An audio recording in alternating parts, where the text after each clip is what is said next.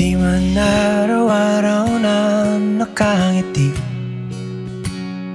ilang beses na rin tayong humihindi. Di na mapilang ang ating mga tampuhan.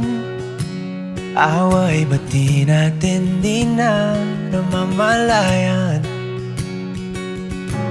Eto tayo, ngunit sa huli